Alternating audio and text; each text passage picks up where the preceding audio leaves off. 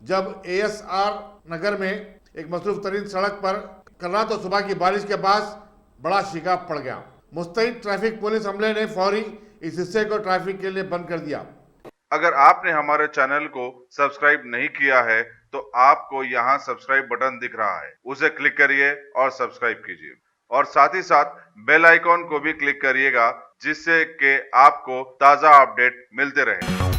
रियासती governor T Soundararajan ने कहा कि इंजीनियर्स कौमी इर्तिखा में अहम हिस्सा अदा करते हैं। भारत रत्न विश्वेश्वरैया की 160वीं यौम पैदाइश की मुनासिबत से कल मुनक्किदा 53वें इंजीनियर्स डे के मौके पर वर्चुअल खिताब करते हुए गवर्नर ने कहा कि इंजीनियरिंग शोबे में तेज रफ्तारी के साथ बदलाव आ रहा है।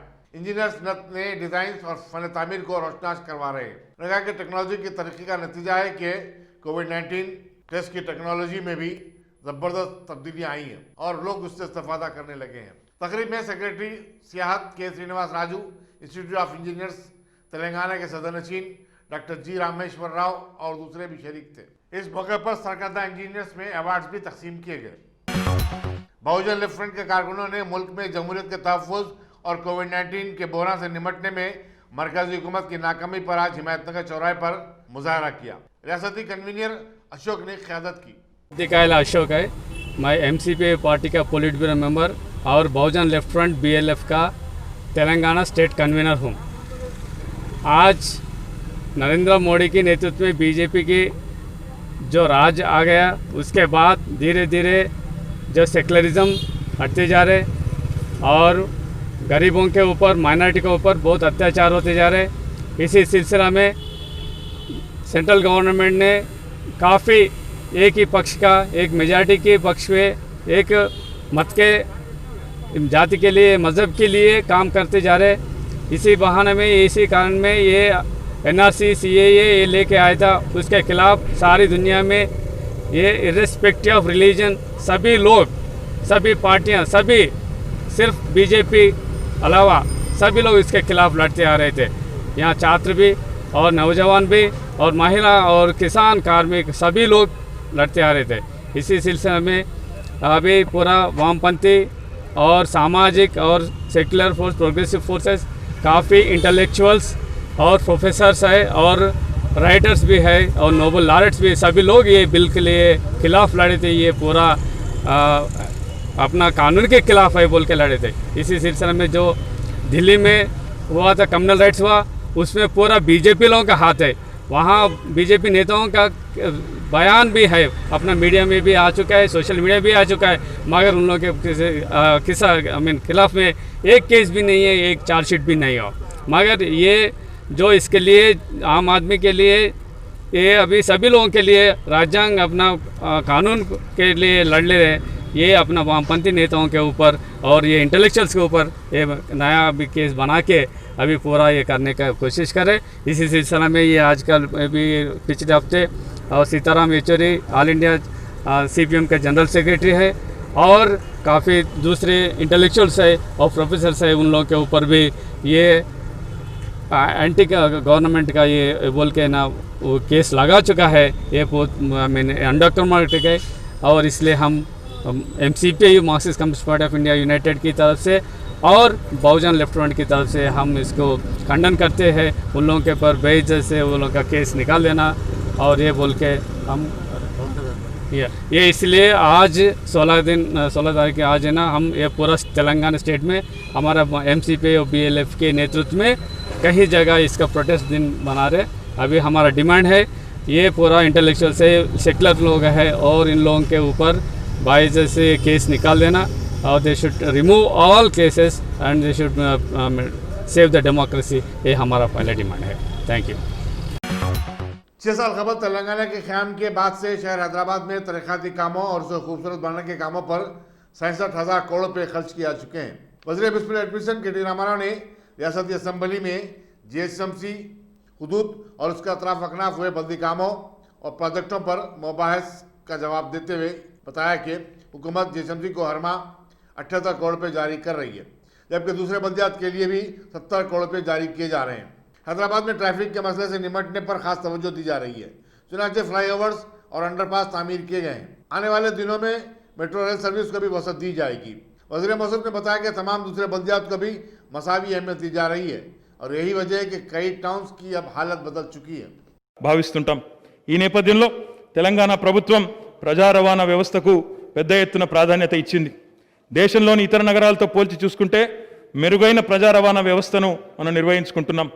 మెట్రోతో హైదరాబాద్ ప్రజా రవాణా వ్యవస్థ అంతర్జాతీయ స్థాయిలో గుర్తింపు పొందింది। ఇప్పటికే నగరంలో 69 కిలోమీటర్ల మేర కార్యకలాపాలు మెట్రోవి కొనసాగుతూ ఉన్నాయి। కోవిడ్ సంక్షోభానికి ముందు రోజుకి 4 లక్షల మంది ప్రయాణికులను రవాణా చేస్తూ మెట్రో రైలు తన సేవలను అందిస్తూ ఉంది। అత్యంత ప్రజాదరణ పొందిన మెట్రోని భవిష్యత్తులో మరింతగా రాబోయే రోజుల్లో మరింతగా విస్తరిస్తాం। పట్టణ ప్రాంతాల్లో పౌరుల కోసం ప్రభుత్వం అనేక సంక్షేమ కార్యక్రమాలను చేపట్టింది। అందులో భాగంగా ఆరోగ్యమే మహాభాగ్యం అంటారు పెద్దలు। అల్పాదాయ వర్గాల ప్రజలకు సరైన ప్రాథమిక చికిత్సలు అందుబాటులో లేకపోవడంతో నానా ఇబ్బందులు పడుతుంటారు। దీన్ని దృష్టిలో పెట్టుకునే బస్తీలో నిరుపేదలకు నాణ్యమైన వైద్య సేవలు అందించాలని బస్తీల్లో 198 బస్తీ దవాఖానాలను ఏర్పాటు చేసింది తెలంగాణ ప్రభుత్వం। మొత్తంగా 350 బస్తీ దవాఖానాలను ఏర్పాటు చేయాలన్న గౌరవ ముఖ్యమంత్రి కేసీఆర్ గారి ఆదేశాల మేరకు త్వరలోనే మిగతా దవాఖానాలను కూడా ఏర్పాటు చేయనున్నాం। పేద ప్రజలకు సురక్షిత పౌష్టికాహారాన్ని అతి తక్కువ ధరకు అందించేందుకు జీహెచ్ఎంసీ ఆధ్వర్యంలో 150 అన్నపూర్ణ కేంద్రాలను నడుపుతా ఉన్నాం। ప్రతిరోజు 35,000 మందికి కేవలం 5 రూపాయలకే మధ్యాహ్నం భోజనం అందిస్తూ పేదల ఆకలిని తీరుస్తున్నది। 2014 నుంచి కొనసాగుతున్న ఈ కార్యక్రమాన్ని కోవిడ్ సంక్షోభ కాలంలో మరింతగా పేదలకు అందుబాటులోకి తీసుకొని వచ్చినాం। 373 సెంటర్లకు పెంచి మధ్యాహ్నం రాత్రి భోజన సదుపాయాన్ని కూడా పూర్తిగా ఉచితంగా అందించడం జరిగింది। ప్రారంభించిన నాటి నుంచి 2020 మార్చి వరకు అన్నపూర్ణ కార్యక్రమం ద్వారా 4,09,651 భోజనాలను ప్రజలకు అందించడం జరిగింది। కోవిడ్ సంక్షోభ సమయంలో అందించిన 1,58,32,000 భోజనాలను కలిపి ఇప్పటిదాకా 5,58,41,928 మందికి అన్నపూర్ణ ద్వారా భోజనాలు కూడా అందించడం జరిగింది। మహానగరం హైదరాబాద్లో సొంత ఇల్లు ఉండాలన్నది ప్రతి ఒక్కరి కల। అటువంటి కలను నిజం చేయడానికి రాష్ట్ర ప్రభుత్వం సాహసోపేతమైన నిర్ణయం తీసుకున్నది। తద్వారా ఒక్క హైదరాబాద్లోనే 109 చోట్ల చేపట్టిన 1,00,000 డబుల్ బెడ్రూమ్ ఇళ్ల నిర్మాణం అతి త్వరలో పూర్తి కాబోతున్నాయి। త్వరలోనే నగరంలో 1,00,000 మంది పేదలకు సొంతింటి కల సాకారం కాబోతున్నది। భారతదేశంలోనే చరిత్ర సృష్టించే విధంగా హైదరాబాద్లోని కొల్లూరులో 125 ఎకరాల్లో సుమారు 1,400 కోట్లతో ఒకే దగ్గర 15,660 డబుల్ బెడ్రూమ్ ఇళ్లు నిర్మాణం చివరి దశకు చేరుకున్నది। మొత్తంగా 9,714 కోట్ల రూపాయలతో భారతదేశంలోని ఏ మెట్రో నగరంలో చేపట్టని విధంగా హైదరాబాద్లోని మరి ఈ కార్యక్రమం గౌరవ ముఖ్యమంత్రి గారి నేతృత్వంలో డబుల్ బెడ్రూమ్ ఇళ్ల నిర్మాణం జరుగుతూ ఉంది। लैंड रेगुलराइजेशन स्कीम के दरखास्त गुजारों को एक ज़बरदस्त राहत फराहम करते हुए हुकूमत ने ऐलान किया कि LRS की फीस अराजी की कीमत पर वसूल की जाएगी। वज़ीर म्यूनसिपल एडमिनिस्ट्रेशन के डी रामाराव ने आज संसदीय असेंबली में एक बयान देते हुए कहा कि इस सिलसिले में बहुत जल्द नए अहकाम जारी किए जाएंगे। वाज़ेह है कि हुकूमत ने पहले जो अहकाम जारी किए थे उसके तहत ज़मीन के रकबे की बुनियाद पर फीस मुकर्रर की गई थी। अवामी हल्कों और अपोजिशन अरकान ने इस पर एतराज़ किया और सवाल किया था कि बंजारा हिल और जुबली हिल्स के मालिकान अराजी और सलम इलाके के अराजी के मालिकीन किस तरह एक ही फीस अदा कर सकेंगे। LRS की इनफरादी दरखास्तों को 1,000 रुपये और डेवलपर्स को अलबत्ता 10,000 रुपये रजिस्ट्रेशन फीस जमा करना होगा। పూర్తి విశ్వాసాన్ని ఉంచి తమ ఇంటి నిర్మాణానికి తానే అనుమతి పొందే స్వీయ ధృవీకరణ విధానాన్ని నిర్ణీత గడువు లోపల ఇవ్వకుంటే డీమ్డ్ అప్రూవల్ అనే విప్లవాత్మకమైన విధానాలను TS బీపాస్ ద్వారా ఈ శాసనసభ సమావేశాల్లోనే ప్రభుత్వం తీసుకొని వచ్చింది। తెలంగాణ ప్రభుత్వం అన్ని పురపాలికల్లో పెద్ద ఎత్తున మౌలిక వసతుల కల్పన చేపడుతున్నది। అయితే అందుకు ప్రజలపైన ఆర్థిక భారాన్ని మోపకుండా ప్రజా సంక్షేమం కోసం పాటుపడుతున్నది। తెలంగాణ ఏర్పడ్డ నాటి నుండి రాష్ట్ర ప్రభుత్వం ఇప్పటి వరకు ఆస్తి పన్నును కానీ నీటి బిల్లులను కానీ ఒక్క పైసా కూడా పెంచకపోగా 1,200 రూపాయల కన్నా తక్కువ వార్షిక ఆస్తి పన్ను కలిగిన వారందరికీ కేవలం 101 రూపాయికే తగ్గించడం జరిగింది। అదేవిధంగా మిషన్ భగీరథ జలాలను ఇంటింటికి తీర్చాలనే లక్ష్యంలో భాగంగా రూపాయికే ఇంటింటికి నల్లా కనెక్షన్ కూడా ఇస్తా ఉన్నాం। పట్టణాల అభివృద్ధిని ప్రణాళికబద్ధమైన దిశగా ముందుకు తీసుకొని పోవాలని రేపటి తరానికి శాస్త్రీయ పద్ధతుల్లో నగరాలను అందించే లక్ష్యంలో భాగంగా తెలంగాణ ప్రభుత్వం అనుమతులు లేని లేఅవుట్లలో ప్లాట్ల రిజిస్ట్రేషన్ను నిషేధించింది. గతంలో జరిగిన పొరపాట్లను సరిదిద్దుకోవడం కోసం లేఅవుట్ రెగ్యులరైజేషన్ స్కీమ్ LRS ప్రవేశపెట్టి ఇలాంటి వారికి కూడా ఒక అవకాశాన్ని కల్పించింది. పురపాలక పట్టణాల అభివృద్ధికి అవసరమైన చట్టాలతో పాటు వివిధ ప్రత్యేక సంస్థలను స్పెషల్ పర్పస్ వెహికల్స్ని ఏర్పాటు చేసింది. హైదరాబాద్ సహా రాష్ట్రంలోని అన్ని పురపాలికలకు పెద్ద ఎత్తున నిధులు అందించేందుకు తెలంగాణ అర్బన్ ఫైనాన్స్ మరియు ఇన్ఫ్రాస్ట్రక్చర్ డెవలప్మెంట్ కార్పొరేషన్ను TUFIDCని ఏర్పాటు చేసింది. అదేవిధంగా హైదరాబాద్లో మౌలిక వసతుల బలోపేతం కోసం strategic road development program, comprehensive road maintenance program, Hyderabad road development corporation, Musi development corporation లాంటి వ్యవస్థలు. आज शाम अचानक मूसलाधार बारिश ने पूरे शहर में आम जिंदगी को मफलूज करके रख दिया।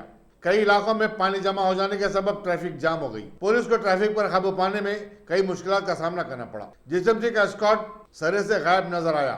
हालांकि महकमा मौसमियात ने हफ्ते को दोनों शहरों में 5 दिन तक हल्की और भारी बारिश की पेशकशी की थी। जुबली हिल्स और बंजारा हिल के MLA कॉलोनी का पानी नशेबी इलाकों में जमा होते हुए हकीमपेट, टोली चौकी वगैरह के इलाकों में आ गया, जिसकी वजह से वहां पर 5 फीट तक पानी जमा होगा। कई गाड़ियां और बाइक्स पानी में डूब गए और आवाम ने घरों में तक पानी दाखिल हो जाने की शिकायत की। रियासती हुकूमत खासकर GSMC से मुतालिका रुकन असम्बली कौसर मोहद्दीन ने मुतअद्दिद बार नुमाइंदगियां की। इसके बावजूद नालों की सफाई का काम नहीं किया गया और आज ये सूरत हाल पैदा हो गई। बहादुरपुर नाले में भी पानी भर जाने की इत्तला मिली है। हर साल मौसम में बारिश में इन इलाकाजात के रहने वालों को ऐसे मसाइल और हालात का सामना करना पड़ता है। बताया था कि रुकन असम्बली कौसर मोहद्दीन इत्तला मिलने पर बाज़ इलाकों में पहुंच पाए और उन्होंने पानी की निकासी के कामों की निगरानी की। लॉकडाउन के दौरान पूरे शहर में स्ट्रेटेजिक रोड डेवलपमेंट प्रोजेक्ट के तहत सड़कों की तामीर और उस पर हज़ार करोड़ रुपए खर्च करने का हुकूमत का दावा उस वक्त खोखला साबित हो गया जब ASR नगर में एक मसरूफ तरीन सड़क पर कल रात और सुबह की बारिश के बाद बड़ा शिकाफ पड़ गया। मुस्तैद ट्रैफिक पुलिस अमले ने फौरी इस हिस्से को ट्रैफिक के लिए बंद कर दिया, वरना यहाँ पर बड़े हादसात भी हो सकते थे। राजीव गांधी नगर बंदरागुड़े में वाक़ साईं दुर्गा मंदिर में सरके की वारदात पेश आई। पुलिस के मुताबिक मंदिर का पुजारी कल सुबह जब मंदिर खोला तो हुंडी का हुफल टूटा हुआ पाया और उसमें से बड़ी रकम गायब थी। मंदिर कमेटी के अहदेदारों ने पुलिस को इत्तला दी। सब इंस्पेक्टर चंद्रान गुट्टा वर्मा मसरूफ तहकीकात है। तेलंगाना में कोविड-19 के 2273 नए केसेस रिपोर्ट होने के बाद इस मर्ज से मुतासर होने वालों की तादाद 1,62,844 हो गई। महकमा सेहत की तरफ से जारी करदा प्रेस नोट में बताया गया कि गुज़िश्ता 24 घंटों में 12 नई अमवात हुई हैं। इसके बाद इस मर्ज से मरने वालों की तादाद 996 हो चुकी है। पीर और मंगल के दरमियान पूरी रियासत में कोविड-19 के 55,636 टेस्ट किए गए और अब तक जुमला 22,96,222 कोविड-19 टेस्ट किए जा चुके हैं। जिन अजला में नए केसेस रिपोर्ट हुए हैं उनकी तफसील इस तरह है।